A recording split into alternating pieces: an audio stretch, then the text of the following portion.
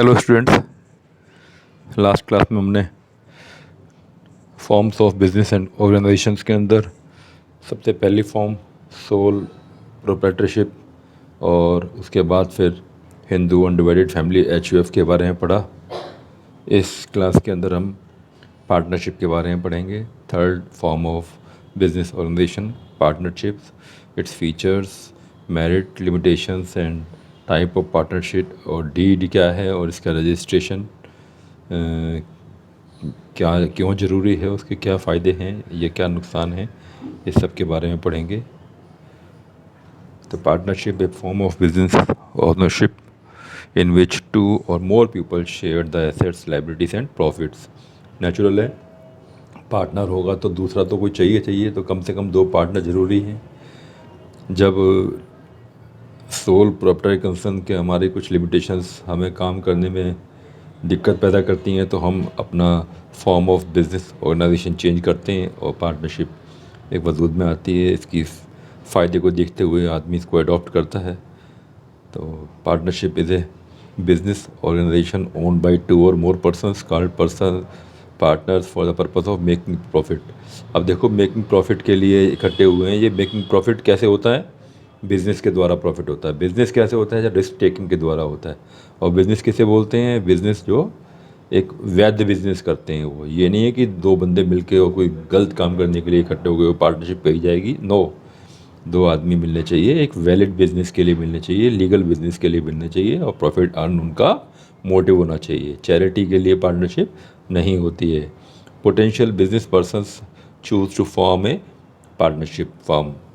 They choose to do so rather than forming a sole trading company और corporation, because भाई उसमें कुछ limitations थी सोल प्रोप्राइटी कंसर्न कंपनी के अंदर, तभी इन्होंने ये चूज़ किया। The skill and the experience of partners are combined. 2 आदमी हैं, दोनों की स्किल कंबाइंड होती है, एक्सपीरियंस होता है, तो वो एक ही टेस्ट के और एक ही तरह सोचने वाले हैं और 2 हेल्पिंग हैंड हो जाते हैं। इट्स ईजियर टू फॉर्म, बड़ा जल्दी से स्टार्ट हो जाती है ये पार्टनरशिप। बहुत ज़्यादा लीगल फॉर्मेलिटीज़ इसके अंदर नहीं है। Decision making is easier, decision making easier है। बहुत ज़्यादा लोग नहीं हैं जिनको कि आप, और अलग अलग इंटरेस्ट के लोग नहीं हैं, क्योंकि सबका सेम मोटिव है और एक ही फील्ड के और एक ही स्किल के लोग होते हैं, तो वो आसानी से डिसीजंस लिए जाते हैं। Of the freedom from observing government regulations and restriction. इसके ऊपर सरकार की जो रेगुलेशंस है, रिस्ट्रिक्शन ज़्यादा नहीं होती हैं। इसको बारी बारी अपने जो फाइनल अकाउंट्स हैं, या अपने जो फाइनेंशियल अकाउंट्स हैं, उनको पब्लिक नहीं करना पड़ता है, क्योंकि ये पब्लिक से पैसा थोड़ी ले रहे हैं। प्राइवेट प्रॉपर्टी अपनी एसेट्स अपनी कैपिटल जुटा के ही काम कर रहे हैं, तो इसलिए गवर्नमेंट की दखलंदाजी इसके अंदर कम होती है। इसीलिए लोग इस फॉर्म को चूज़ करते हैं। अब इसकी फ़ीचर्स क्या हैं? फ़ीचर्स हैं इसकी फॉर्मेशन क्या है? लॉफुल बिजनेस के लिए इसका फॉर्मेशन होता है। पार्टनरशिप एक्ट इसको रेगुलेट करता है, partnership act, Indian partnership act 1932। और इसका प्रॉफिट मोटिव होना चाहिए, मैंने बताया जैसे आपको। तो ये इसकी फॉर्मेशन के लिए। और उसके बाद क्या है? लाइबिलिटीज़ में लाइबिलिटीज़ की अनलिमिटेड होती है। 2 या 2 से अधिक पार्टनर होंगे जो भी पार्टनरशिप होती है, और उसमें लाइबिलिटी उनकी अनलिमिटेड होती है। अनलिमिटेड लाइबिलिटी का मतलब ये होता है कि अगर वो बिज़नेस की जो लाइबिलिटीज़ को, एक्सटर्नल लाइबिलिटीज़ को नहीं चुका पा रहे हैं, तो उनकी प्राइवेट प्रॉपर्टी भी बेच के वो लाइबिलिटी चुकाई जाएगी। इसे बोलते हैं अनलिमिटेड लाइबिलिटी, यानी कि beyond the capital invested in their business. जितने कैपिटल इन्वेस्ट किए, चाहे वो जीरो हो जाए, उसके बाद भी लाइबिलिटी पूरी नहीं होती है, तो उनका जो अपनी प्राइवेट प्रॉपर्टी होती है उसको बेच के भी वो पूर्ति की जाती है उसकी। रिस्क बियरिंग है, रिस्क है, और रिस्क है तो प्रॉफिट और लॉस होता है। उसका रिवार्ड है रिस्क का, मैंने पीछे पढ़ाया आपको। रिस्क का रिवार्ड क्या है? प्रॉफिट या लॉस हो सकता है। और उसके बंटवारे के लिए क्या होना चाहिए? एग्रीड रेशो होता है इनके अंदर। एग्रीड रेशो पे ही बंटवारा होता है कि भाई तुम 40% लोगे या तुम 60% लोगे, या हम सिर्फ इक्वल शेयर लेंगे। तो ये सब डिफाइंड होता है। अगर डिफाइंड ना हो तो फिर पार्टनरशिप एक्ट जो है वो जो बोलेगा उसके अकॉर्डिंग फैसला होता है इसमें। क्योंकि मैंने बताया कि ये रेगुलेट होता है इंडियन पार्टनरशिप एक्ट 1932 से। फर्स्ट फीचर में बताया ना आपको आप। तो इसके बाद क्या है? Decision making and control. Decision making और कंट्रोल जो होता है सबका म्यूचुअल होता है, और इसके अंदर जो आदमी वही इकट्ठे होते हैं, पार्टनर तो वही बनेगा ना जिनसे आपकी सेम स्किल के या एक सेम इंटरेस्ट के बंदे हैं, या जिनसे आपकी पटरी बैठती होगी। तो म्यूचुअल डिसीजंस होते हैं, आपसी आपस में बात करके ही इसमें डिसीजंस होते हैं। कंटिन्यूटी, इसमें कंटिन्यूटी के मामले में ये कहा जाता है कि लेक ऑफ कंटिन्यूटी है, क्योंकि कुछ पार्टनर्स हैं, अगर उसमें एक भी पार्टनर बाय द वे नहीं रहता है तो उस पार्टनरशिप को जो बाकी बचे हुए पार्टनर्स हैं उनको डिज़ोल्व करना होता है, या फिर दोबारा एक नए सिरे से पार्टनरशिप फॉर्म करनी पड़ती है, नई एक डीड बनानी पड़ती है और नया एक एग्रीमेंट करना पड़ता है, चाहे वो मौखिक हो या लिखित हो, तो नई फिर पार्टनरशिप बनानी पड़ती है। तो लेक ऑफ कंटिन्यूटी इसीलिए इसमें कहा जाता है कि इसमें निरंतरता की कमी है। नंबर ऑफ पार्टनर्स एक दो या दो से अधिक आप लिख सकते हो, नहीं तो इसके अंदर कई सारी चीज़ें हैं। कंपनी लॉ के अंदर 50 बताए गए हैं, एक बैंकिंग बिजनेस के अंदर 10 हैं, अदर दूसरे बिजनेस के अंदर 20 हो सकते हैं। तो आप इसको इतना एलाबोरेट कर सकते हो कि नंबर ऑफ पार्टनर्स 2 और मोर। इसके बाद क्या है, म्यूचुअल एजेंसी। इसका क्या मतलब होता है, every partner is both an agent as well as a principal. यानी कि कोई पार्टनर किसी से जाके बिजनेस मीटिंग कर रहा है तो बाकी पार्टनर को रिप्रेजेंट कर रहा है वो। इसी प्रकार कोई दूसरा पार्टनर का भी बिजनेस मीटिंग कर रहा है तो वो उस पार्टनर को भी रिप्रेजेंट कर रहा है। तो यानी कि एक दूसरे के प्रति सब एक एजेंट भी हैं उसके और उसके प्रिंसिपल भी हैं। He is an agent of other partner as he represent the, ये थोड़ा गलत लिख दिया मैंने, द मैन अदर पार्टनर्स, इसीलिए उसको वो बाइंड करता है अपने एक्ट के द्वारा। जो भी उसके एक्ट होता है उसके द्वारा उसको बंधन में रहता है वो। जैसे कि 4 पार्टनर है, मैं कहीं बिजनेस मीटिंग करने जा रहा हूँ, तो मुझे उन्होंने ऑथराइज़ किया है बिजनेस मीटिंग करने के लिए, तो मेरे जो डिसीजंस होंगे उससे वो बाकी 3 पार्टनर भी बंधे हुए होंगे, उनकी सहमति उसके अंदर शामिल होगी। तो ये फीचर्स ऑफ पार्टनरशिप हो गई। इसके बाद आ जाती है, एक और तरीके से बताया है पार्टनरशिप फीचर्स, एक और स्लाइड है तो इसके अंदर वो इसे ही पढ़ सकते हो। इसके बाद फिर आ जाते हैं हम अगली स्लाइड पर। इसके एडवांटेजेस क्या हैं? एडवांटेजेस क्या है, कंबाइंड कैपिटल होता है और कंबाइंड टैलेंट होता है। तो इसके अंदर क्या है, सोल प्रोप्राइटरी कंसर्न के अंदर एक आदमी की ही कैपिटल होती थी और उसी का टैलेंट होता था। इसीलिए कहते थे ना उसके अंदर हम कि कैपिटल की कमी हो सकती है, पैसे की कमी हो सकती है, या डिसीजन जो हैं उसके बहुत ज़्यादा अच्छे डिसीजन नहीं होते क्योंकि एक ही आदमी डिसीजन ले रहा है। तो यहाँ पर क्या है, दो दो टैलेंट है या तीन तीन टैलेंट है, जितने पार्टनर है उतने टैलेंट है और उनकी कंबाइंड कैपिटल है, तो फंड्स की थोड़ी ज़्यादा खुला हाथ हो जाता है इनका, बड़ा बिजनेस वो कर पाते हैं आराम से, और उनके जो निर्णय जो होते हैं वो ज़्यादा संतुलित यानी कि बैलेंस्ड होते हैं, क्योंकि उसमें 2-3 माइंड मिले हुए होते हैं, जितने पार्टनर है उतने। इसके बाद क्या है, इजी फंड रेजिंग है। इसके अंदर फंड रेजिंग भी आसान हो जाती है, नेचुरली है, ज़्यादा लोग हो गए। एफिशिएंसी एंड इफेक्टिवनेस, इसके अंदर क्या है, कोई भी काम प्रभावी और अच्छे तरीके से किया जाता है क्योंकि ज़्यादा पार्टनर शामिल हैं और अपने अपने एक्सपर्टीज़ के हिसाब से वो काम का बंटवारा कर सकते हैं। लोअर कॉस्ट होती है इसके अंदर, कॉस्ट इसकी बहुत कम है इसके अंदर लगती है जो है ना, और कम्प्लीमेंट्री स्किल्स हैं इसमें। बताया ना कि क्या ही स्किल हैं उसके अंदर, तो सबके अपने अपने खासियत होती है, क्षेत्र पे पकड़ होती है तो वो। और टैक्स प्लानिंग है इसके अंदर, आराम से टैक्स प्लानिंग कर सकते हैं, कोई दिक्कत नहीं है ज़्यादा इसके अंदर। और लोअर वर्क बर्डन है, वर्क बर्डन जो है डिवाइड हो जाता है, किसी एक ही आदमी के ऊपर सारा बर्डन नहीं पड़ता है। तो इस प्रकार इसके ये एडवांटेज कुछ हो गए। इसके बाद इसकी कोई लिमिटेशंस हैं। लिमिटेशंस में क्या है, अनलिमिटेड लाइबिलिटी होती है, पहली लिमिटेशन से बड़ी इंपॉर्टेंट लिमिटेशन है अनलिमिटेड लाइबिलिटी, यानी कि इसके अंदर आपके घर के बर्तन बिकने का भी खतरा है भाई। अगर आपका कोई बिजनेस निर्णय गलत हो जाता है तो हर पार्टनर की जो लाइबिलिटी है अनलिमिटेड है। ये नहीं है कि मेरा जितना शेयर मैं उतना दे के फ्री हो जाऊंगा, नो, आपकी लाइबिलिटी होती है जो beyond the share of capital होती है, वो आपके घर तक भी पहुंचती है। घर तक मतलब जो आपकी प्रॉपर्टी आपके अपने नाम में है, ठीक है ना। चाओस एंड इंडिफरेंसेस, कई बार जो होता है निर्णयों में आपस में सहमति नहीं होती है, एक दूसरे में खींचतान चालू हो जाती है, तो एक ये भी इसमें डेफिशिएंसी हो गई या लिमिटेशंस हो गई। इसके बाद है रिस्पॉन्सिबल फॉर अदर्स, है कि एक आदमी कोई एक्ट कर रहा है, वो पार्टनर कोई गलती कर देता है तो दूसरे वाले उसकी गलती का खामियाजा भुगतने को तैयार उनको रहना पड़ता है, चाहे वो उन्होंने गलती की हो या ना की हो। और क्या है, कॉस्टलियर भी कहते हैं इसको, उससे ज़्यादा कॉस्टलियर है जो हमने पहले फॉर्म पढ़ी हैं, सोल प्रॉपर्टी कंसर्न, ठीक है ना। इसके बाद क्या है, एक्सपोजिशन ऑफ सीक्रेट। सीक्रेट का एक्सपोजिशन का खतरा रहता है। सोल प्रोप्राइटरी कंसर्न के अंदर सीक्रेट तो मेंटेन कर सकता है, क्योंकि एक आदमी ही केवल उसको राज को ना खोलने वाला है ना बताने वाला होता है, सिंगल पर्सन ही। परंतु जहाँ एक से अधिक हुए तो उसमें एक्सपोजिशन ऑफ सीक्रेट का बहुत बहुत चांसेस रहते हैं कि वो ट्रेड सीक्रेट को किसी को बता सकता है, ठीक है। इसके बाद आ जाता है इसका टाइप ऑफ पार्टनर्स। पार्टनर कई प्रकार के हो सकते हैं। एक्टिव पार्टनर्स हैं, स्लीपिंग डोरमेंट पार्टनर हैं, सीक्रेट पार्टनर है, नॉमिनल पार्टनर है, पार्टनर बाय एस्ट्रोपल है, पार्टनर बाय होल्डिंग आउट है। तो ये कई प्रकार के पार्टनर्स होते हैं। इसमें हर पार्टनर की जो कैपिटल इन कंट्रीब्यूशन होगा या मैनेजमेंट होगा या शेयर इन प्रॉफिट होगा, उस सब में देखो आप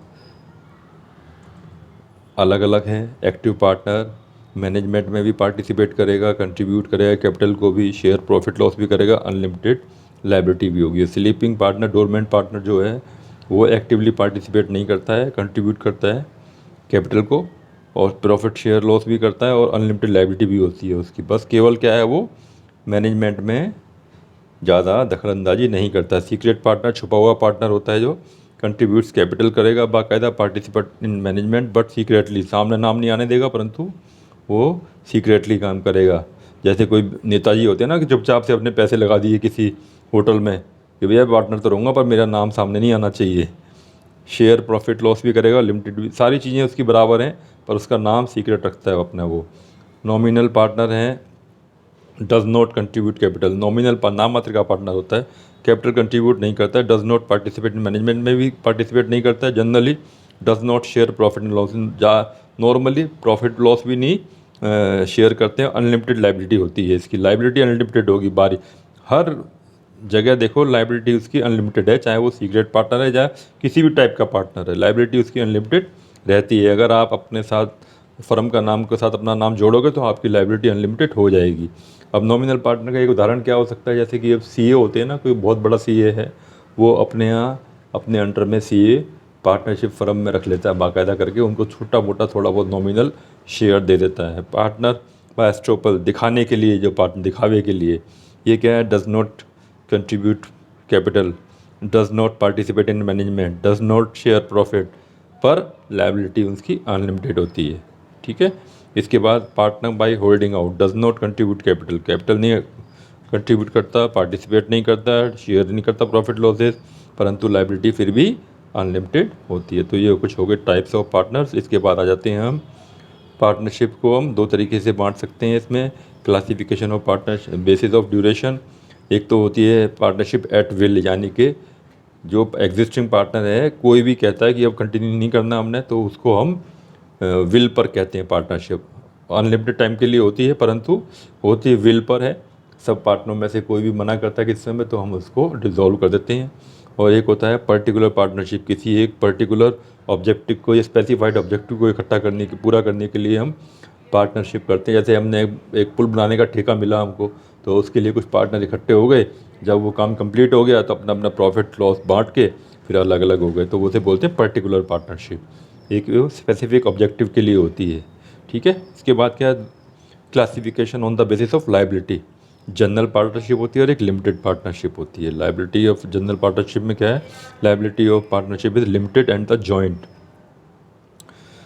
ठीक है जी। Each partner participate actively in business management, registration is in optional, the continuity of business are affected by the death of या इंसॉल्वेंसी या lunacy retirement of the partner, ये इसकी कंटिन्यूटी से इफेक्ट हो जाती है। इसके बाद क्या है, लिमिटेड पार्टनरशिप। लिमिटेड पार्टनरशिप में liability of at least one partner, ये गलत लिखा हुआ है, बेस्ट नहीं, at least one partner is unlimited whereas the other में बी है लिमिटेड। भाई कोई भी पार्टनरशिप होगी उसके अंदर एक बेसिक खासियत क्या होती है, अनलिमिटेड लाइबिलिटी होती है। चाहे 50 पार्टनर है, 50 के 50 में से 49 की लाइबिलिटी लिमिटेड होगी, वो अपना उनका आपस का समझौता है, परंतु एक पार्टनर होना चाहिए हमेशा ऐसा जिसकी लाइबिलिटी अनलिमिटेड हो, ठीक है। They do not have right to manage business management, ठीक है, उनको कोई बिजनेस मैनेजमेंट में राइट नहीं होता क्योंकि उनकी पार्टनरशिप उन्होंने अपनी लाइबिलिटी को लिमिटेड रखा हुआ है। रजिस्ट्रेशन इज़ कंपलसरी, इसमें रजिस्ट्रेशन इसका कंपलसरी होता है क्योंकि कहीं जनता को चूना लगा के ना भाग जाएं सारे के सारे, क्योंकि लिमिटेड पार्टनर हैं सारे और एक ही अनलिमिटेड लाइबिलिटी वाला पार्टनर है, इसलिए गवर्नमेंट इसके ऊपर कंट्रोल रखती है। इसमें रजिस्ट्रेशन कंपलसरी होता है ताकि उसके ऊपर चेक रखा जा सके कि वो कोई गलत काम तो नहीं कर रहे, कोई जनता को नुकसान पहुंचाने वाली हरकत तो नहीं करके चले जाएंगे। Continuity of limited partnership does not get effected by the death, lunacy और insolvency of the partner with limited liability. कोई भी लिमिटेड लाइबिलिटी का partner by the way insolvent होता है या उसकी डेथ हो जाती है तो उसकी कंटिन्यूटी पर असर नहीं पड़ता, यानी कि फर्म की कंटिन्यूटी पर असर उसका नहीं पड़ता। तो ये हो गया।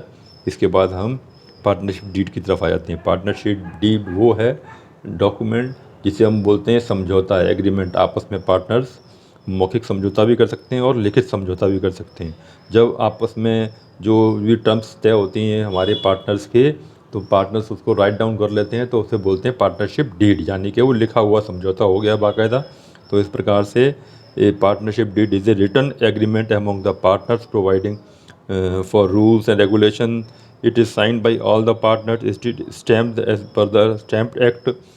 It is documented to prevent possible disputes and disagreement among the partners at a future date. जो भी क्लॉज होते हैं पहले तय कर लेते हैं अपने, जिस बात पर भी हम कोई अगर कोई मतभेद होता है तो उसका निपटारा पार्टनरशिप एक्ट और जो दिया हुआ जो आपकी पार्टनरशिप डीड के अंदर क्लॉज है उसके अकॉर्डिंगली होता है। इसके अंदर क्या क्या कंटेंट्स होते हैं? कंटेंट कोई भी पार्टनरशिप के अंदर पार्टनरशिप फर्म का नाम होगा, उसके बाद फिर पार्टनर्स का नाम होगा, पार्टनर्स का पता होगा, पार्टनरशिप फर्म का पता होगा, क्या बिजनेस करेंगे, नेचर ऑफ बिजनेस होगा इसके अंदर, date of commencement of partnership यानी कि पार्टनरशिप कब स्टार्ट होगी वो होगा, पार्टनरशिप का ड्यूरेशन क्या होगा, पार्टनरशिप विल पर है या किसी पर्टिकुलर पीरियड के लिए है तो ये डिफाइंड होगा। The amount of capital to be bought in by the each partner, कौन पार्टनर कितनी कैपिटल लेके आएगा, या फिर ड्राइंग्स कितनी लेंगे, ड्राइंग्स के ऊपर इंटरेस्ट देना है या नहीं देना है, कैपिटल सैलरी पार्टनर्स लेंगे या नहीं लेंगे, लेंगे तो कितनी लेंगे, ये सब चीज़ें इसके अंदर उसके कंटेंट में शामिल होती है। और ये स्टाम्प पेपर पर बाकायदा ये रिटर्न डाउन होता है और इसकी स्टाम्प ड्यूटी लगती है जैसा भी एक्ट है उसके हिसाब से। तो ये हो गया आपका पार्टनरशिप डीड के कंटेंट्स। इसके बाद एक आई थी बात रजिस्ट्रेशन ऑफ पार्टनरशिप डीड। जैसे ये पार्टनरशिप हमने बनाया, एक डॉक्यूमेंट बनाया, डीड बनाई, इस डीड को हम रजिस्टर्ड भी करवा सकते हैं और अनरजिस्टर्ड भी रख सकते हैं। तो रजिस्ट्रेशन ऑफ पार्टनरशिप फर्म का हम कराएंगे तो रजिस्ट्रार के यहाँ हमें फर्म को कुछ फ़ीस दे के रजिस्टर्ड करवानी पड़ती है। इसके बारे में कई फ़ायदे मिलते हैं इस, यानी कि अगर ये नहीं कराएंगे तो हम कई चीज़ों से महरूम रह जाते हैं, हम वो नहीं कर पाते। तो क्या है, if the partnership firm is not registered it has to remain deprived of the following advantages, यानी कि ये जो लाभ हैं उनको नहीं मिलेंगे अगर हमारी पार्टनरशिप फर्म रजिस्टर्ड नहीं कराएंगे हम। No partner can take any legal action against any other partners, यानी कि एक दूसरे के ऊपर हम मुकदमेबाजी नहीं कर सकते हैं अगर हमारी जो है डीड रजिस्टर्ड नहीं है, फर्म रजिस्टर्ड नहीं है। और no partner can initiate proceeding against the firm in order to get his rights, यानी कि अगर कोई आपको लगता है कि मेरा राइट्स की मेरे जो किसी हक को मार लिया है फर्म ने, तो आप उसके ख़िलाफ़ कोई लीगल एक्शन नहीं ले सकते हो। Firm too cannot start proceeding against any partner, firm को भी अधिकार नहीं होता अगर वो रजिस्टर्ड नहीं होती है कि वो किसी पार्टनर के अगेंस्ट कोई कानूनी कार्रवाई कर सके। इसी प्रकार से firm can not proceed against other parties, यानी कि कोई वेंडर के अगेंस्ट भी या किसी बाहर की पार्टी के अगेंस्ट भी फर्म जो है कोई कानूनी कार्रवाई नहीं कर सकती, जबकि बाहर की पार्टियां फर्म के ऊपर फ्री होती हैं काम करने के लिए, कोई भी कार्रवाई करने के लिए या सू करने के लिए। सू का मतलब उसके खिलाफ़ कोई मुकदमा दायर करने के लिए। तो इस प्रकार से इसके फ़ायदे हैं कुल मिला के कि रजिस्ट्रेशन कराने के हमें फ़ायदे ही फ़ायदे हैं और ना रजिस्ट्रेशन कराने का हमको लॉस रहता है, फ़ायदा नहीं रहता है। तो इस प्रकार से ये हमने फॉर्म ऑफ बिज़नेस ऑर्गेनाइजेशन पढ़ा पार्टनरशिप। तो इसके बाद अगली क्लास के अंदर हम नेक्स्ट फॉर्म के बारे में बात करेंगे और अगली क्लास में मिलते हैं। Bye for now, take care.